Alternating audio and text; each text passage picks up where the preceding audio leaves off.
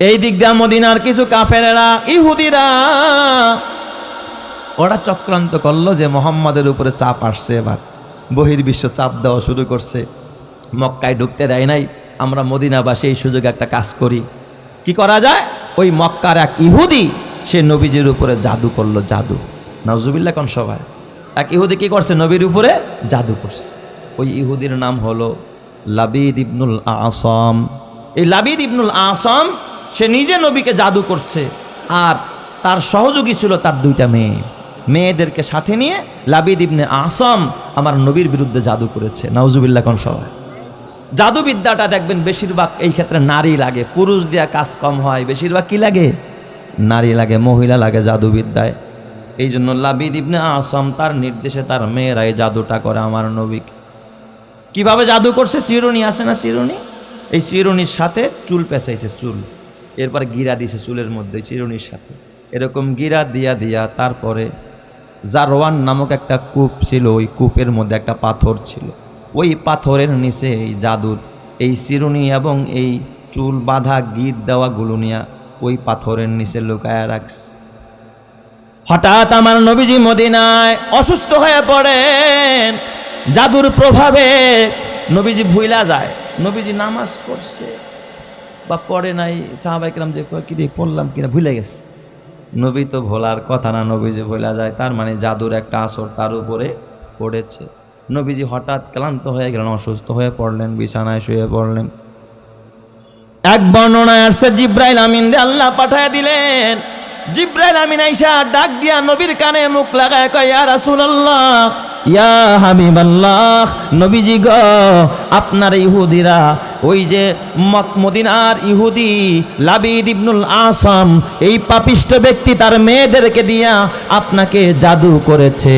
আপনার জাদুর ওই চিরুনি আর ওই চুল দিয়া যে গিরাগুলো দিয়েছে, এগুলো জারওয়ান নামক কূপের মধ্যে একটা পাথর আছে, পাথরের নিচে লুকায়া রেখেছে। ওগো নবীজি, আপনি যদি সুস্থ হতে চান তাহলে দ্রুত ওই জাদুটাকে ওখান থেকে বের করেন। তারপরে আল্লাহ তাআলা সূরা ফালাক, কুল আউযু বিরাব্বিল ফালাক মিন শাররি মা খালাক ওয়া মিন শাররি গাসিকিন ইযা ওয়াকাব ওয়া মিন শাররিন নাফাসাতি ফিল উকাদ ওয়া মিন শাররি হাসিদিন ইযা হাসাদ। এই সূরা এবং পরবর্তী সূরা কুল আউযু বিরাব্বিন নাস মালিকিন নাস ইলাহিন নাস মিন শাররিল ওয়াসওয়াসিল খান্নাস আল্লাযী ইউওয়াসওয়িসু ফি সুদুরিন নাস মিনাল জিন্নাতি ওয়ান নাস। দুইটা সূরা নাজিল করে দিলেন। আল্লাহ জানায় দিলেন, নবী গো, আপনি ওই জারওয়ান নামক কূপের পাথরের নিচ থেকে এই জাদুগুলোকে উঠান, আর এক একটা চুলের গিরাগুলো খোলেন, আর এক একটা আয়াত পড়া পড়া আপনি ফু দেন। একটা আয়াত পড়তে থাকেন আর গিরা খুলতে থাকেন। আয়াত পড়া পড়া নবীজি যখন আলীকে পাঠাইল, আলী যাও ওই জারওয়ান নামক কূপের মধ্যে পাথরের নিচে দেখো জাদুবিদ্যা রাখা আছে। জাদুটা উঠায়াই না নবীজি সূরা ফালাক আর নাস পড়তেছিলেন আর গিরাগুলো খুলতেছিলেন। কিছুক্ষণ পর আমার নবী আগের মতো দিব্যি সুস্থ হয়ে যায়। জোরে কোন সুবহানাল্লাহ।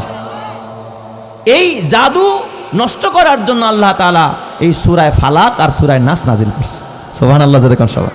এই জন্য এই দুই সূরাকে বলা হয় আল মুআউযাতান, তার মানে রক্ষা কবচ। আপনারা খালি তাবিজ আনতে যান, হুজুর একটা তাবিজ দেন, তাবিজ দেন। আজকে আপনাকে ফ্রি তাবিজ দিয়ে গেলাম। সবচেয়ে বড় তাবিজের নাম সূরা নাস আর সূরা ফালাক। বাবা জানে, যদি আমি মাথার ঘাম পায়ে ফেলে সন্তানকে মানুষ বানাই, এই সন্তান বিদেশ পাঠাই, টাকা কামাই করে আমি বাবাকে দিবে, এই সন্তান যদি টাকাওয়ালা হয়, গাড়িওয়ালা হয়, বাড়িওয়ালা হয়, আমার উপকারে আসবে। অথবা যদি এই স্বার্থ না থাকে, অন্তত আমার 3টা ছেলে বা 4টা ছেলে বা 5টা ছেলে যদি থাকে, পাশের বংশের সাথে যদি মারামারি লাগে, আমার ছেলেরা গিয়া অবসাইজ করে দিব। এটাও তো একটা স্বার্থ, কথা কয় না কে? এটা তো একটা স্বার্থ, তাই না? যে আমার জনবল লাঠি বাড়ছে, আমার কি বাড়ছে? লাঠি বাড়ছে, এটাও একটা স্বার্থ। আচ্ছা, তাহলে দুনিয়াতে মা বাবাও লালন পালন করে স্বার্থে, নেতারাও তার জনগণরে পালে, এটা কি স্বার্থে না বিনা স্বার্থে? বড় ভাই ছোট ভাইরে পালে, এটাও স্বার্থে। ওস্তাদ ছাত্রকে লালন পালন করে, এটাও স্বার্থে। বিনা স্বার্থে না। দুনিয়ার কেউ কাউকে স্বার্থ ছাড়া কখনো কিছু করতে চায় না, কিন্তু আসমানের মালিক যে আপনাকে আমাকে লালন পালন করেছে, বলেন এটা কি স্বার্থে করেছে না বিনা স্বার্থে? আল্লাহর কোনো স্বার্থ আসেনি। কারণ কেউ যদি আল্লাহর একটা সেজদা না দেয়, একবার আল্লাহ বলেও ডাক না দেয়, আল্লাহর লাভ লস হবে নাকি? আচ্ছা, যদি আপনারা বলেন যে স্বার্থে করছে, তাহলে ফেরাউনরে আল্লাহ পাললো কে? কি স্বার্থটা ছিল ফেরাউনরে এত সুন্দর করে পালার জন্য? যদি বলেন আল্লাহ স্বার্থে পালছে, তাহলে নমরুদরে কেন আল্লাহ পাললো? আল্লাহ কি পারতেন না মায়ের পেট থেকে আল্লাহ নমরুদরে অপসারণ করে দিতে? এই ক্ষমতা কি আমার রবের আছে না নাই? আমার আল্লাহ কি জানে না আবু জেহেল এত বড় পাপিষ্ঠ, দুনিয়ায় আইসা আমার হাবিবের দুশ্মনী করবে? এটা আমার আল্লাহ আবু জাহেলের সৃষ্টির আগেও জানে। তারপরে মায়ের পেটে এই আবু জেহেল যিনি খাবার দিয়েছেন তিনি কে? তাইলে আপনার আমার পালনেওয়ালা যে আল্লাহ, আবু জেহেলের পালনেওয়ালাও সে আল্লাহ। কথা বুঝেন নাই? যারা নামাজি তাদের পালনেওয়ালা যেই রব, যারা বেনামাজি তাদের পালনেওয়ালা মনে হয় আরেক রব। কথার জবাব দিবেন, আরেক রব নাকি? না না, যারা আল্লাহ মানে তাওহীদে বিশ্বাস করে, কালিমা পড়ে, তাদের রব যে আল্লাহ। যারা বেঈমান মূর্তির সামনে মাথা নত করে, বলেন তো তাদের রব কে? আল্লাহ। তার মানে ইমানদারদেরকে যেমন খাওয়ায়, বেঈমানদেরকেও তেমনই খাওয়ায়। ঠিক না বে ঠিক? অনেক সময় দেখবেন ইমানদার থেকে বেঈমানরা আরও কি খায়? বেশি খায়। ঠিক না? ইমানদার নামাজে গেছে, বেঈমানের দোকান বন্ধ হয় না, ওর দোকানে বেচা কিনা বেশি।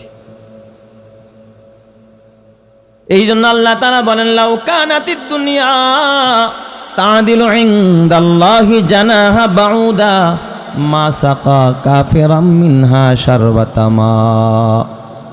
যদি দুনিয়ার মূল্য একটা মশার পাখার পরিমাণ হইতো, আল্লাহ কোনো কাফের আর মুশরিককে এক ঢোক পানিও খাওয়াইতেন না। দুনিয়ার কোনো মূল্য নাই। এ বাবা, তাইলে আমি যেই কথা বলতে চাইলাম, রব তো তিনি যার লালন পালনের ভিতরে কোনো সার্থকতা নাই। যদি আপনি বলতে পারেন হুজুর আমরা নামাজ পড়বো দেখে আল্লাহ খাওয়াইছে, তাহলে ফেরাউন কোন নামাজ পড়ছে? আবু জাহেল কোন নামাজ পড়ছে? উতবা সাইবারা কোন নামাজ পড়ছে? ফেরাউন কোন নামাজ পড়ছে? এই ভারতের গুজরাটের কসাই কোন নামাজ পড়ে? যারা মুসলমানকে পাখির মতো গুলি করে মারে, তারা কোন ইবাদত করে? আল্লাহ চাইলে তাদেরকে ধ্বংস করে দিতে পারতেন, মায়ের পেট থেকে অপসারিত করে দিতে পারতেন। আল্লাহ চাইলে তাদেরকে না খাওয়া মারতে পারতেন। তারপর আসমানের বৃষ্টি তাদের উপরে নাজিল করে, জমিনের ফসল তাদেরকে দেয়, পদ্মার ইলিশ খাওয়ায়, যমুনার মেঘনার পাঙ্গাস খাওয়ায়, সব জায়গার নিয়ামত গাভীর দুধ খাওয়ায়। তাইলে বোঝা গেল আল্লাহ কাউকে স্বার্থে খাওয়ায় না, আমার আল্লাহ সবাইকে বিনা স্বার্থে খাওয়ায়। কথা ঠিক কিনা? আল্লাহর কি নাই কোনো সার্থকতা? এ যুবক ভাই, বুড়া বাবা, হাতে পায়ে ধরা বলা যায়, খবরদার খবরদার।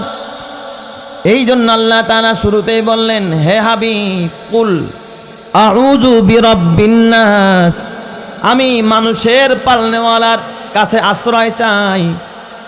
কার কাছে আশ্রয় চাই? মানুষের পালনেওয়ালা যিনি, মানুষের রব যিনি, মানুষের রব যিনি, পালনেওয়ালা যিনি, তার কাছে আশ্রয় চাই।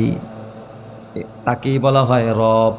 এরপরে বললেন মালিকিন নাস, মানুষের অধিপতি যিনি, মানুষের মালিক যিনি, তার কাছে আশ্রয় চাই। মানুষের মালিক কে? আপনার আমার মালিক কে? আল্লাহ। নাকি আপনাকে আমাকে আল্লাহ কিনে আনছে কোথা থেকে? আপনার আমার স্রষ্টা যিনি, আবিষ্কারক যিনি, তিনি কে? নাকি ছেলে মনে করতে পারে মার পেটে জন্ম নিছে আমার মালিক আমার মা, বাবার ওরসে জন্ম নিছে আমার মালিক আমার বাবা? আল্লাহ কয় না না না, এ গোলাম, তোর মালিক তোর মা না, তোর মালিক তোর বাবা না, তোর মালিক তোর নেতা না, তোর মালিক সমাজের অধিপতি না, তোর মালিক হলো একজন যিনি আসমান জমিনের অধিপতি। বলেন তো তিনি কে? মালিক ইয়াউমিদ্দিন, যিনি কিয়ামত দিবসের মালিক। মালিকিন নাস, মানুষের যে অধিপতি, মানুষের যে মালিক, তার কাছে আমি কি চাই? আশ্রয় চাই। এরপর আল্লাহ তাআলা নবীরে শিখায়া দেয় শুধুমাত্র রব্বুন নাসের কাছে পানা চাইলে হবে না, মালিকিন নাস মানুষের অধিপতির কাছে পানা চাইলেই হবে না হাবিব আমার। আপনি আরেকটা পানা চান, ইলাহিন নাস মানুষের উপাস্য যিনি, তার কাছে পানা চাই। আপনারা বলেন মানুষের উপাস্য যিনি তিনি কে? একমাত্র উপাসনার উপযুক্ত, একমাত্র ইবাদতের উপযুক্ত যিনি তিনি কে? আল্লাহ। আল্লাহ ছাড়া উপাসনার উপযুক্ত আর কেউ নাই। এখন প্রশ্ন হয়, এই তিনটা সিফাতি নাম আল্লাহ তাআলার আসমায়ে হুসনার তিনটা আনছে, বাকিগুলো কেন আনে নাই? কারণ হলো মানুষের অবস্থাও তিন প্রকার। মানুষের অবস্থা কয় প্রকার? তিন প্রকার। তিনটা অবস্থাকে বোঝানোর জন্য আল্লাহ তাআলা তিনটা নাম আনছে। সুবহানাল্লাহ কোন সবাই। একটা দেখবেন মানুষের শিশুকাল, যেই কালে মানুষ নিজের হাত দিয়া কিছু করতে পারে না, নিজেরটা নিজে করতে পারে না। এমন একটা সময় মনে হয় আপনাদের যায় নাই নাকি? এক গোছা দাড়ি নিয়েই মার প্রার্থনা আইছেন, দাঁত নিয়ে আইছেন, হ্যাঁ মাথায়।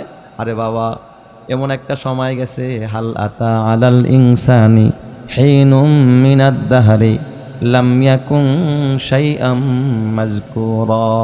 বান্দা উল্লেখযোগ্য কিচ্ছু ছিলি না, এক ফোঁটা নাপাক পানি থেকে আমি আল্লাহ তোরে বানাইছি। সুবহানাল্লাহ। আল্লাহ ওই সময় অপসারণ করে দিতে পারতেন, নষ্ট করে দিতে পারতেন তোমাকে আমাকে, পারতেন না আল্লাহ? আল্লাহকে ওই সময় তোরে আমি লালন পালন করেছি। মায়ের পেটে সন্তানকে যিনি বাঁচায় রাখেন, যিনি খাবার দেন, যিনি লালন পালনকারী, তিনি কে? আল্লাহ। কি স্বার্থ ছিল আল্লাহর ওখানে লালন পালন করার? বলেন, কোনো সার্থকতা নাই। ওই ছোট্ট কালের অবস্থা বোঝানোর জন্য রব্বুন নাস আনছে। মানুষ যখন বড় হয়ে যায়, আর একটা যৌবনকাল, তখন মনে হয় যেন হাতের যত্ন নাই, কয়টা আমার হাত, পায়ের যত্ন নাই কি কয়টা আমার পা, মাথার যত্ন নাই, কেমন যেন বলতে চায় এটা আমার মাথা, কেমন যেন নিজেকে নিজের দেহের জন্য নিজেকেই নিজে মালিক মনে করতে চায়। ঠিক না বেঠিক? জোরে কান। কি রে আমার থাপ্পড় দিলি কে? আমার থাপ্পড় দিলি কে? তার মানে কি আমি কেমন যেন এই বডিটা আমার। আল্লাহ কয় না গোলাম না, ছোটবেলায় যেমন পালছিলাম এ গোলাম, ছোটবেলায় আমি রব হইয়া যেমন পালছিলাম, তখনও আমি যেমন তার মালিক ছিলাম। এখন তোর হাত ধরতে পারে, তোর পা চলতে পারে, জবান বলতে পারে, চোখ দেখতে পারে। এখন কিন্তু তোর মালিক তুই না, তোর মালিক আমেরিকা না, তোর মালিক রাশিয়া না, তোর মালিক চীন আর জাপান আর ভারত না, তোর মালিক হলেন আমি আল্লাহ। জোরে কান্না আল্লাহু আকবার। এই এই এই যৌবনের সময়টাকে বোঝানোর জন্য আল্লাহ মালিকিন নাস আনছে। আরেকটা হলো দেখবেন ইলাহিন নাস, মানুষ সাধারণত একটু ইবাদতের দিকে ঝুঁকে, বুড়া বয়সে না যৌবনকালে? বুড়া বয়সে, বুড়া হয়ে গেছে এখন, ওকে ডেট ফেল আর কি, চাকরি নাই, অফিসে যাইতে পারে না, রাজপথে ও চিৎকার মারতে পারে না। এখন যা কি করব, ঘরে গেলে বউর কথা, ওলার কথা, কি করো, যা মসজিদে যায় বসে থাকে। এই কালে দেখবেন একটু মানুষ, বুড়া মানুষ একটু মসজিদমুখী হয়। আল্লাহ তাআলা বুঝাইতে চায়, ও দুনিয়ার বুড়ারা, খবরদার এই কালেও যেন আমি আল্লাহর ভুলে না যাস। আমি কিন্তু তোর উপাস্য। খাজার দরবারে যেন না যাস, কোনো মাজারে যাইস না, কোনো কবরে যাইস না, দুনিয়াদারের কাছে যাইস না। উপাসনা যদি করতে হয়, আমি রবের ঘরে আয়, আমার কদমে সেজদা দে, আমি আল্লাহ একমাত্র তোর উপাস্য। কথা ঠিক না বেঠিক? জোরে কর। যেই সময়টা মানুষ ভুল কাজগুলো করে, অনেক বুড়া মানুষ আছে দেখবেন মাজারে যায়, আছে না নাই? বুড়া হয়ে গেছে, এরপর মাজারে দৌড়ায়। এই মাজারে যদি আবার ভালো কিছু শিখাইতো তাও আফসোস ছিল না। কি যে আজে বাজে উল্টা পাল্টা যা আছে সব কোথায় আছে? মাজারে আছে। মনের বাতি বড় বাতি, বাইরের বাতি নিবাও রে, মনের পর্দা বড় পর্দা, বাইরের পর্দা উঠাও রে। বাতিও যদি নিবাইয়া দেয়, পর্দাও যদি উঠাইয়া দেয়, আর কি বাকি থাকে? কথা কয় না কে? তাহলে এইটা কি কোনো আল্লাহওয়ালাদের দরবার না শয়তানের আড্ডাখানা? শয়তানের আড্ডাখানা না? এই জন্য আল্লাহ বুঝাইতে চায়, হে নবী আমার বলেন, কুল আউযু বিরাব্বিন নাস, মালিকিন নাস, ইলাহিন নাস। আমি আশ্রয় প্রার্থনা করি মানুষের রবের কাছে, আমি আশ্রয় প্রার্থনা করি মানুষের মালিকের কাছে, আমি আশ্রয় প্রার্থনা করি মানুষের উপাস্যের কাছে। মানুষের ইলাহ যিনি তার কাছে কিসের থেকে আশ্রয় প্রার্থনা করি?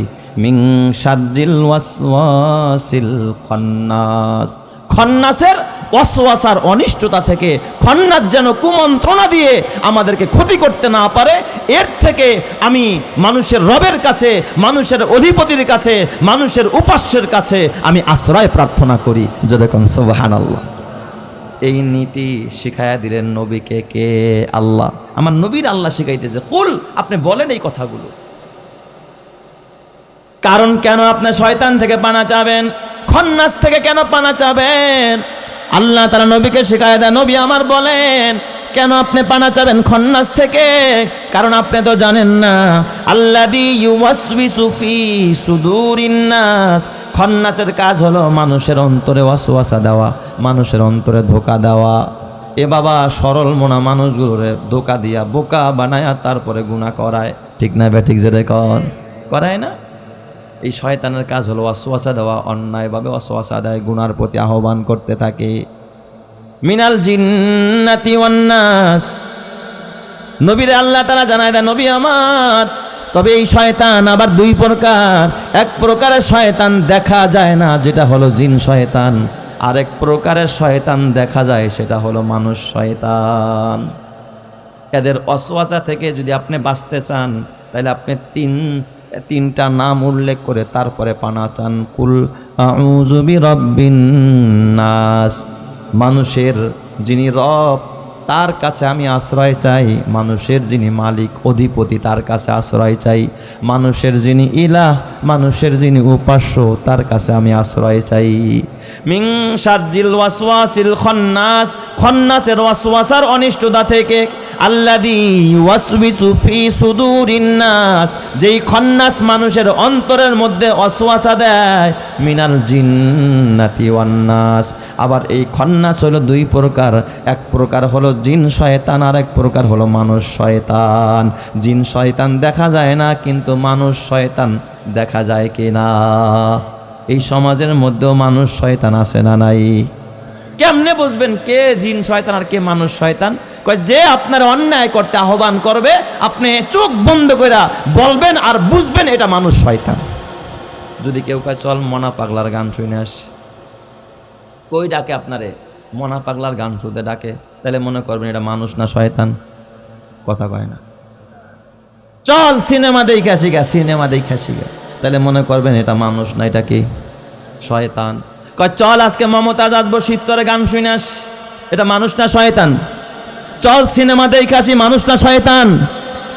খবরদার বাবা, গুনার কাজে যে ডাকে এটাই হলো শয়তান, গুনার কাজে যে আহ্বান করে উদ্বুদ্ধ করে এটাই কি শয়তান।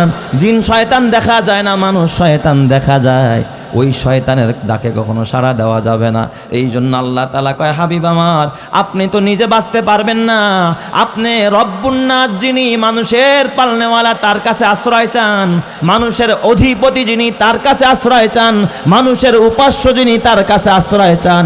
আপনি যদি আশ্রয় চাইতে পারেন, তখন আপনাকে সংরক্ষণের দায়িত্ব আপনার না, মানুষের রব যিনি, মানুষের অধিপতি যিনি, মানুষের উপাস্য যিনি, তিনি আপনাকে কুদরতি হাতে ধরে ধরে হেফাজত করবেন। জোরে জোরে কন্ন আল্লাহু আকবার, আরো জোরে বলেন আল্লাহু আকবার।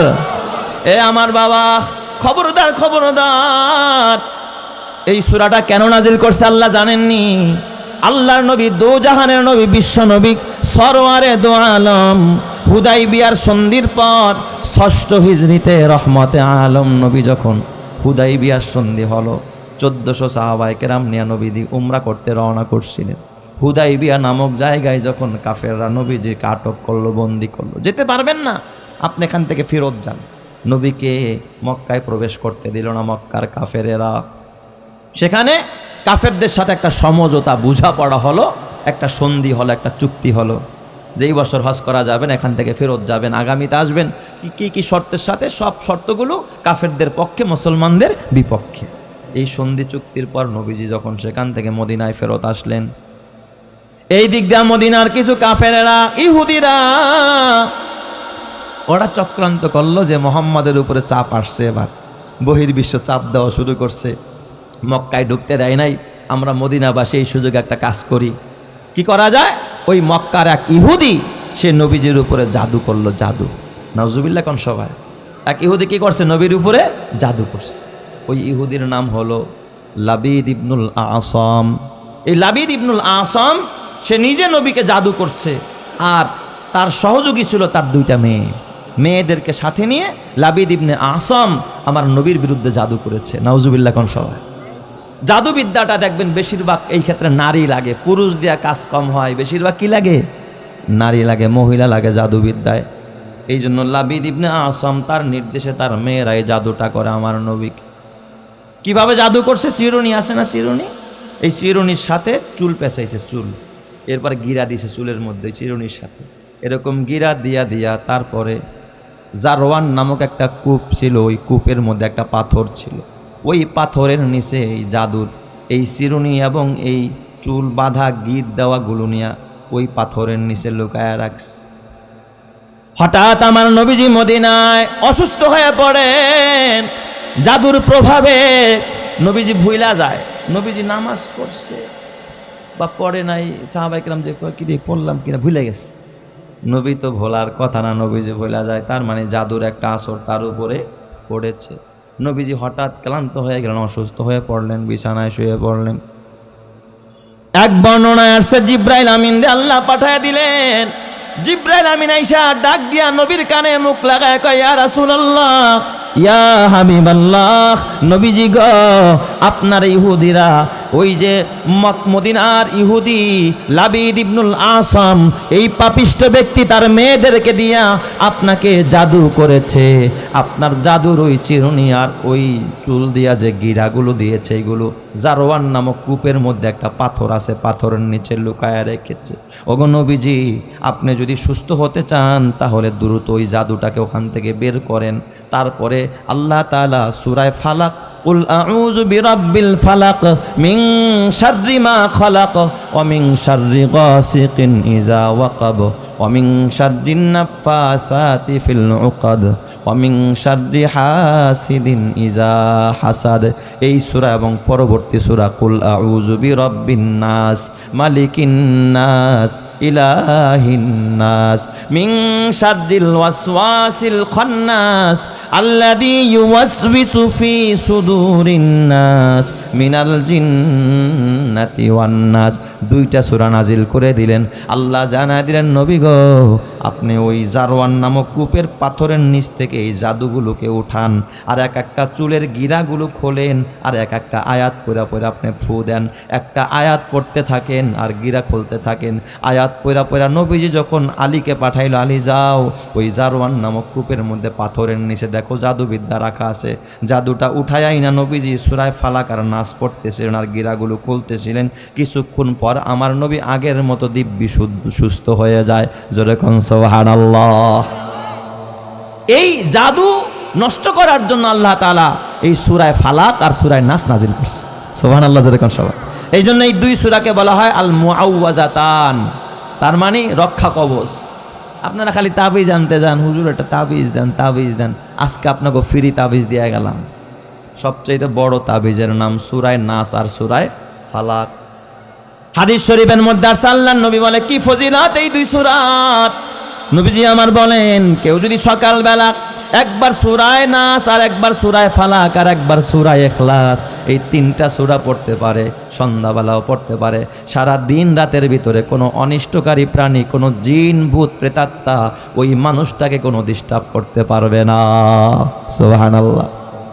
অপর এক হাদিসে আছে, মা আয়েশা সিদ্দিকা বলেন, নবীজি আমার বলেছেন, কোন আল্লাহর গোলাম সকালবেলা যদি 3 বার সূরা ফাতিহা, আরে 3 বার সূরা নাস, 3 বার সূরা ফালাক, 3 বার সূরা ইখলাস, কুল হুয়াল্লাহ 3 বার, কুল আউযু বিরাব্বিল ফালাক 3 বার, কুল আউযু বিরাব্বিন নাস 3 বার, 3 বার 3 বার পয়রা এরপরে যদি সন্ধ্যাবেলা পড়ে, শুধু জিন ভূত না, জাদু টোনা না, পৃথিবীর এমন কোনো অনিষ্টতা নাই তাকে নাগাল পাবে। সব অনিষ্টতা থেকে আল্লাহ তার হেফাজত করবে। সুবহানাল্লাহ। জাদু মাদু কিচ্ছু করতে পারবো না আপনারে। এই সূরাগুলো আমল করবেন সকাল সন্ধ্যায়। রাজি আছেন তো ইনশাল্লাহ? এই জন্য এই সূরা দুইটাকে আল মুআউযাতান বলা হয়, রক্ষা কবচ বলা হয়। আর শানে নজুলের ব্যাপারে আরেকটা বর্ণনা পাওয়া যায়, যেটা মা আয়েশা সিদ্দিকা থেকে বর্ণিত। মা আয়েশা সিদ্দিকা বলেন, নবীজি আমার অসুস্থ হয়ে যান জাদুর প্রভাবে, নবীজি শুয়ে আছেন ঘুমের মধ্যে। নবীজি বলেন, আমি স্বপ্নের মধ্যে দেখতেছি দুইজন ফেরেশতা, একজন আয়েশা আমার মাথার কাছে দাঁড়াইছে আর একজন পায়ের কাছে বসছে। দুইজন ফেরেশতা মানুষের বেশ ধইরা, যিনি দাঁড়ানো তিনি বসা জনরে প্রশ্ন করে যে লোকটার কি হইছে। সুবহানাল্লাহ কোন সবাই। নবীজি ঘুমের মধ্যে স্বপ্ন দেখতেছে যে দুইজন ফেরেশতা আয়েশা, একজন মাথার কাছে একজন কি পায়ের কাছে। মাথার কাছের ফেরেশতা দাঁড়ায় জিজ্ঞেস করে, এই বলো তো এই লোকটার কি হয়েছে? কয়, এই লোকটাকে জাদু করা হয়েছে। কি করা হয়েছে? জাদু করা হয়েছে। সে প্রশ্ন করলো, কে জাদু করছে? কয়, তাকে জাদু করেছে ওই যে ইহুদিদের ভিতরে একজন কুলাঙ্গার ইহুদি আছে লাবিদ ইবনুল আসম, সে তার মেয়েদেরকে দিয়া জাদু করাইছে। কয়, কিভাবে করছে? কয়, চিরুনির মধ্যে চুল পেঁচাইছে, গিরা দিছে এইভাবে। কয়, কোথায় রাখছে ওই জাদু? কয়, ওই জারোয়ান নামক কূপের মধ্যে একটা পাথর আছে, পাথরের নিচে চাপা দিয়া রাখছে। কয়, তাহলে বাঁচার উপায়টা কি? কয়, বাঁচার উপায় হলো সূরা নাস আর ফালাক কইরা যদি ওই চিরুনি আর চুল উদ্ধার কইরা গিরাগুলো খোলে, সঙ্গে সঙ্গে সে সুস্থ হয়ে যাবে। সুবহানাল্লাহ। নবীর স্বপ্ন ওহী। নবীর স্বপ্ন কি? ওহী। নবী বাস্তবে যা দেখেন স্বপ্নেও কি তাই দেখেন। নবীজি তখন গিয়ে আলী রাদিয়াল্লাহু তাআলা আনহুকে পাঠায়া ওইগুলো উঠায়া গিরাগুলো খুলছেন আর সুস্থ হয়ে গেছে। সুবহানাল্লাহ জোরে কোন সবাই। এই জন্য আমার বাবা সূরা নাস বেশি পড়া দরকার, সূরা ফালাক বেশি পড়া দরকার। কিন্তু দুই সূরার মধ্যে একটু পার্থক্য আছে রে বাবা। প্রথম সূরার মধ্যে আল্লাহ তাআলা এই দুনিয়ার অনিষ্টতা থেকে বাঁচানোর কথা বলেছেন, বাঁচার কথা বলেছেন। আর দ্বিতীয় সূরার মধ্যে আল্লাহ তাআলা শয়তানের অনিষ্টতা থেকে বাঁচার কথা বলেছেন। তবে বাবা দুনিয়ার অনিষ্টতা তো সাময়িক সময়ের জন্য, দুনিয়ায় যদি কারো ক্ষতি হয় এই ক্ষতিটা সাময়িক সময়ের জন্য। আখেরাতের যদি কেউ ক্ষতিগ্রস্ত হয়ে যায় এই ক্ষতিটা সাময়িক না, এই ক্ষতিটা চিরস্থায়ী ক্ষতি। কথা ঠিক কিনা? এই জন্য দুই সূরার মধ্যে পার্থক্য কি জানেন? প্রথম সূরার মধ্যে সূরা ফালাকের মধ্যে 4 জিনিসের অনিষ্টতা থেকে পানা চাইতে গিয়া নবীজি শুধুমাত্র আল্লাহর নাম উল্লেখ করছে একবার। একবার আল্লাহর নাম নিয়া কয় জিনিসের অনিষ্টতা থেকে পানা চাইছে? 4 জিনিসের অনিষ্টতা থেকে পানা চাইছে। খেয়াল করেন, উল আউযু বিরাব্বিল ফালাক, ফালাকের রবের কাছে আমি আশ্রয় চাই। ফালাক বলা হয় বিদীর্ণ করে, বিদীর্ণকারী বা মানে প্রত্যুষ সকালবেলা, এই সকালকে বলা হয়েছে ফালাক। কেমন ফালাক বলা হয়েছে? কয়, রাতকে ভেদ করে যিনি সকাল আনেন তিনি কে? আল্লাহ। ওই ফালাকের রবের কসম, ফালাকের রবের কাছে আমি আশ্রয় চাই। এই যে এখানে শুধুমাত্র একবার রবের কথা উল্লেখ করা হয়েছে, উল্লেখ কইরা 4 জিনিসের অনিষ্টতা থেকে পানা চাইছে। 1 নাম্বার, কুল আউযু বিরাব্বিল ফালাক মিন শাররি মা খালাক। এই জমিনে আল্লাহ যত সৃষ্টি, যত মাখলুক আছে, সব মাখলুকের অনিষ্টতা থেকে আমি ফালাকের রবের কাছে পানা চাই। 2 নম্বর আল্লাহ তাআলা বলেন, অমিন শাররি গাসিকিন ইজা ওয়াকাব, রাতের অন্ধকারের অনিষ্টতা থেকে পানা চাই। রাতের বেলায় তো জিনবুতে হামলা চালায়, সাপ বিচ্ছুতে হামলা চালায় না? রাতের অন্ধকারে কেউ কাউরে পাথর মারতে পারে।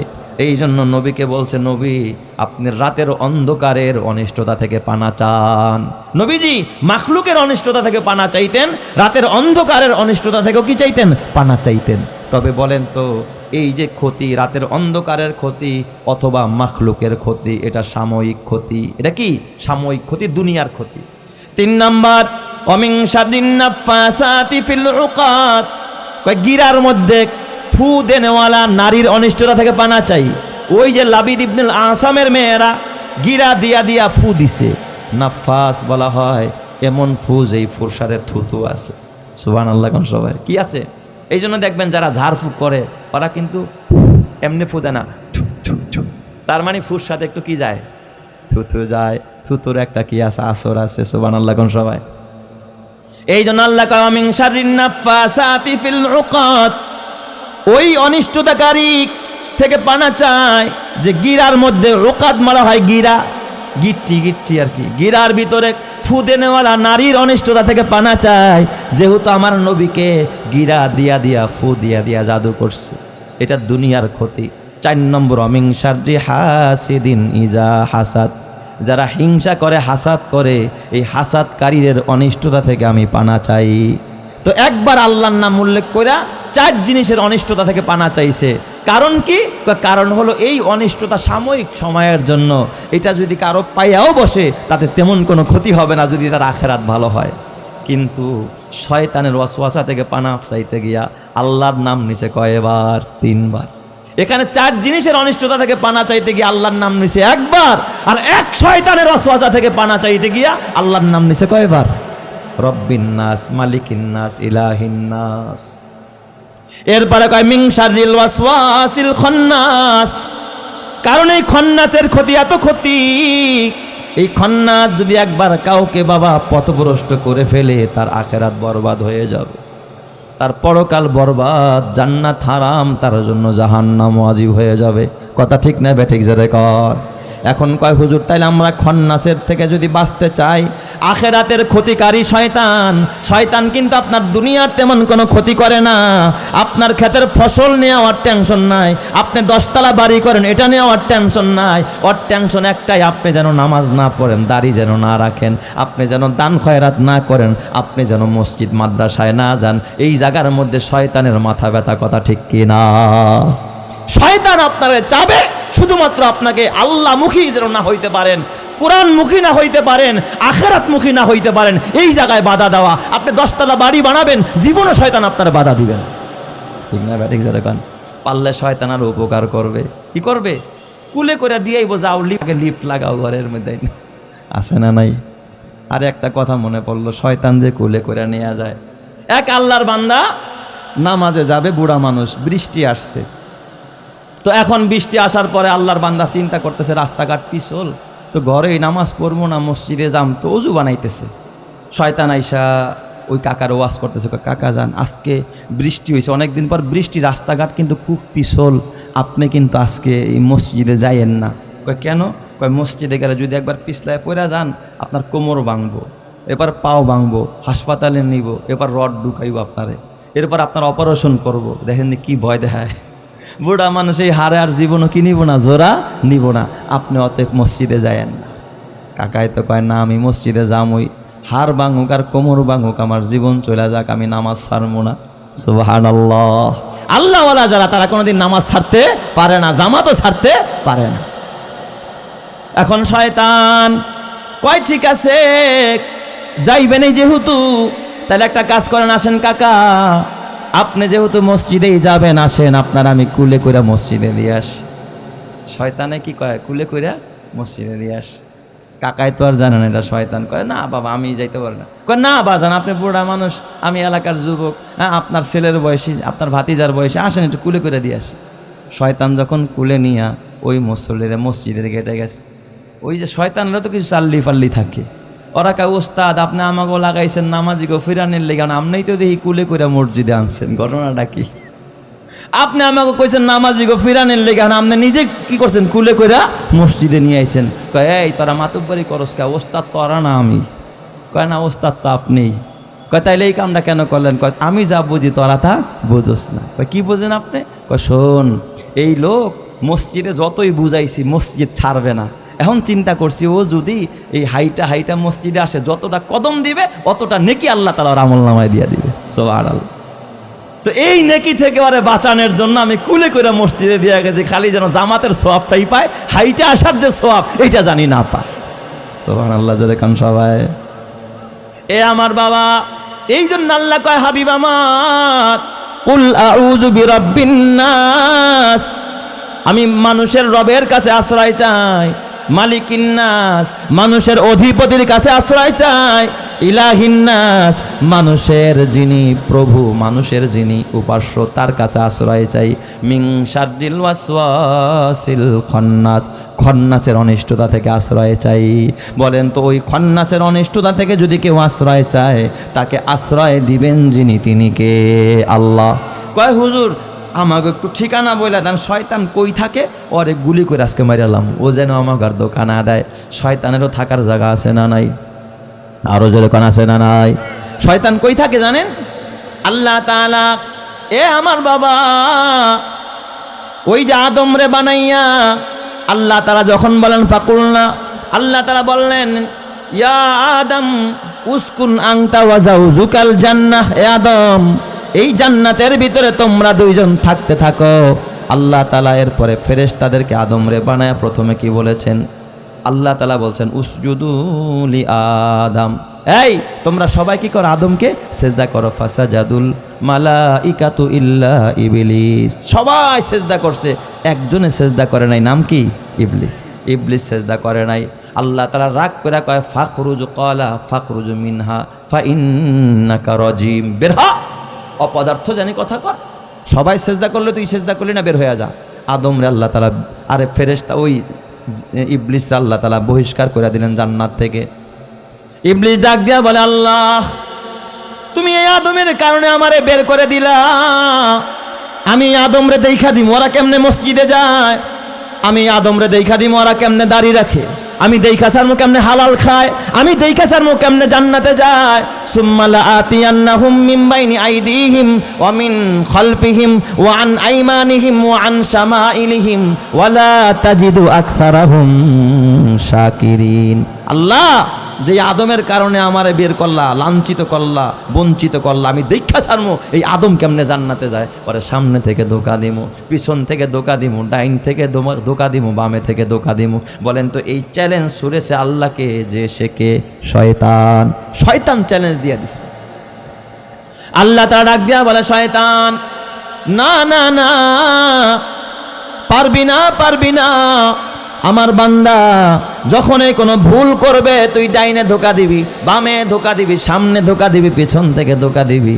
আমার বান্দা যখন ভুল কইরা চোখের পানি নিয়ে যখন তওবার হাত আমি রবের কাছে উঠাইয়া দিবে, আমার বান্দার গুনাহগুলো মাফ করে আমি তওবার চাদর দিয়া বান্দাকে বেষ্টন করে নিমু। সুবহানাল্লাহ। আপনাকে আমাকে ক্ষমা করে দিবেন যিনি, তিনি কে? আল্লাহ। আমি আল্লাহ রহমতের চাদর দিয়া পেঁচায়া নিমু।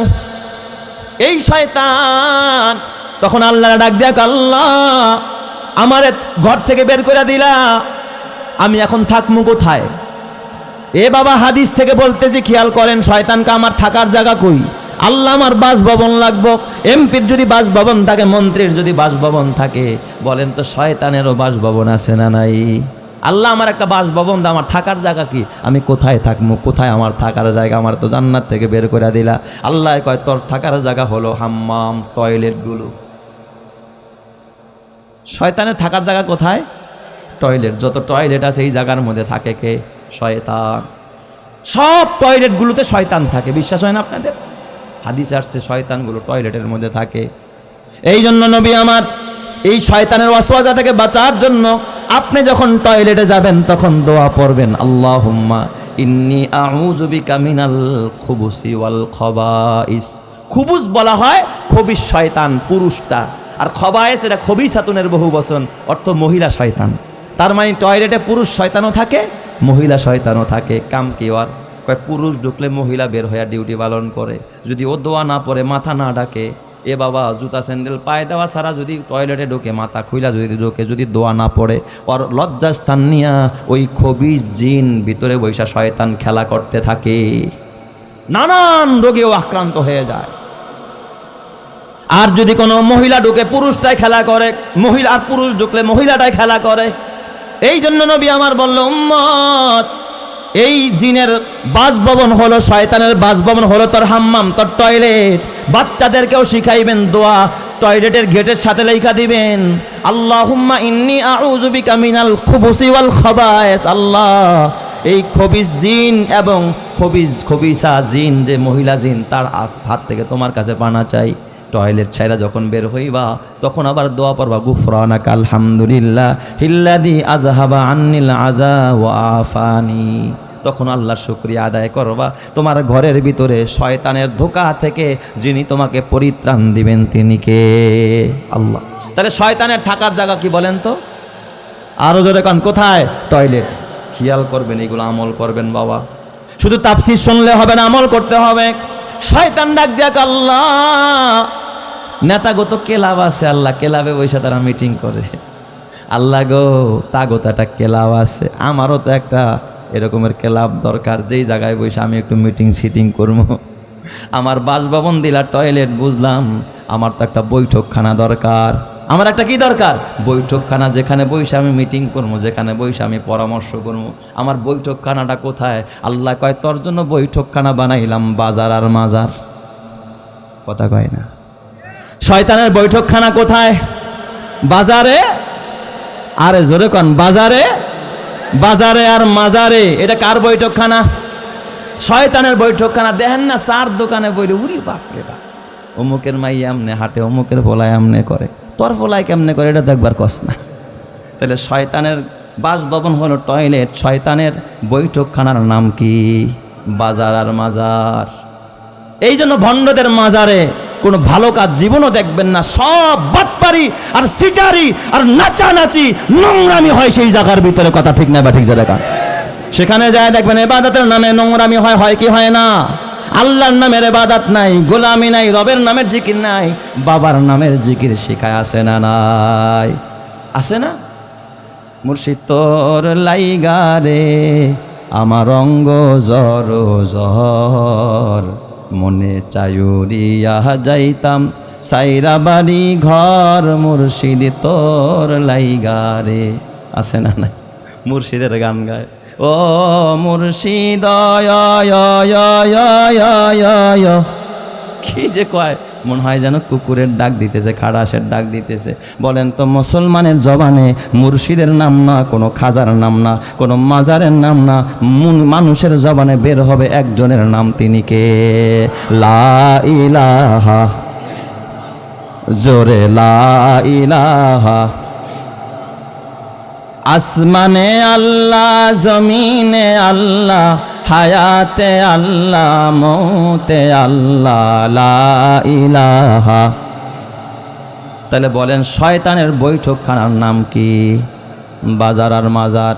জরুরত ছাড়া যাওয়া যাবে না। টয়লেটে যেমন জরুরত ছাড়া যাওয়া যায় না, সুখে দুঃখে এমনি কেউ টয়লেটে বসে থাকে না। কসম আল্লাহর, জরুরত ছাড়াও বাজারে আর মাজারে যাওয়া যাবে।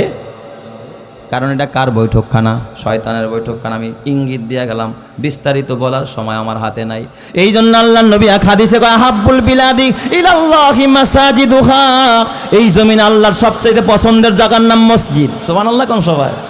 আর এই জমিনে ওয়া আবগাদুল বিলাদি ইলাল্লাহি আসওয়াকুহা, সবচেয়ে নিকৃষ্ট জায়গার নাম হলো কি? আরো জোরে বলেন নাকি? বাজার। এই জন্য আমার বাবা, শয়তানের বৈঠকখানায় আমরা কখনো যাব না, প্রয়োজন ছাড়া আমরা বাজারে যাব না। রং তামাশা দেখতে দেখতে সময় যদি একদিন ফুরিয়ে যায়, আফসোস করা ছাড়া কিন্তু রাস্তা থাকবে না। এ বাবা, আফসোস করবা তুমি সেদিন, তখন বলবা, ওরে ভাটির দেশের মানুষ আমি, ভাটির দেশের মানুষ আমি, ভাটির দেশেই ঘর, উজান দেশের কেউ নাই রে ভাই, সবাই আমার পর। ওরে কাজের জন্য আসলাম আমি, ওকুল কাজের জন্য আসলাম আমি, ওকুল গাঙের তীরে আইসা দেখি এই হাটেতে কত আজব খেলা চলে। ঠিক না ব্যাঠিক জোরে কন? নায়ের মাঝি ডাক দিয়া কয়, ওরে ভাটির সাও, জোয়ার এবার ভাটা ধরেছে, সাইরা দিমু নাও। চাইয়া দেখি নদীর পানে সত্যি ভাটার সিন, কালো দাড়িটা সাদা হয়ে গেছে, দাঁত পড়ে গেছে, চোখে দেখে না। চাইয়া দেখি নদীর পানে সত্যি ভাটার সিন, আজব দেশের মজার স্বপ্ন দেখবি আর কয়দিন। বাড়ি যাওয়ার সময় হয়েছে, নাইকো বেশি দেরি, সময় এবার পার হয়ে যায়, সাইরা দিমু তরি। এ বাবা, মসজিদের পালকিখানা অপেক্ষা করতেছে, কখন যেন এলান হবে বাড়িওয়ালা বাড়িতে নাই।